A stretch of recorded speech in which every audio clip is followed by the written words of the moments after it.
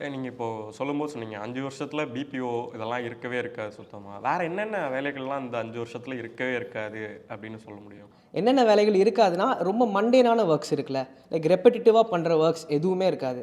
For example, சின்ன லெவலில் இருக்க கிராஃபிக் டிசைனர்ஸ் இருக்காங்களே, ஐடியேஷன் பண்ணி தரவங்க, அந்த வேலை சுத்தமாக இருக்காது. சின்ன லெவலில் ஸ்டார்டிங் பண்ணுற கான்டென்ட் ரைட்டர்ஸ், அந்த வேலை சுத்தமாக இருக்காது. அகைன் சொன்ன மாதிரி பிபிஓ வேலை, டைப்பிங்கு, இந்த மாதிரி சின்ன டிசைன் பண்ணுறது, இந்த வேலைகள் எதுவுமே இருக்காது. ஈவன் ஸ்டார்டிங்கில் இருக்கிற சேல்ஸ் மார்க்கெட்டிங் ஜாப்ஸ்லாம் இருக்குல்ல, அது எல்லாமே ஏஐ ரீப்ளேஸ் பண்ணிடும். இது வெறும் சின்ன ஜாப்ஸுக்கு மட்டும்தான் நினச்சிடாதீங்க. பட் பெரிய பெரிய ஜாப்ஸ்லாம் இருக்குல்ல, ஈவன் சின்ன ஃபார்மாலேருந்து ஒரு சின்னதாக இப்போ நீங்கள் மெடிக்கல் ஷாப் போகிறீங்கன்னா உங்களுக்கு இது இருக்கா, சரி இந்த மாத்திரை தரோன்னு சொல்கிறாங்க, அந்த ஜாப் கூட இருக்காது.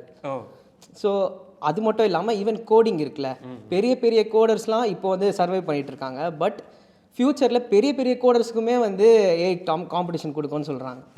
தெறிக்க விடும் காரம் நிறம் சுவையை தருகிறது. ஆச்சி மிளகாய் தூள் தெறிக்க விடும் காரம் நிறம் சுவை.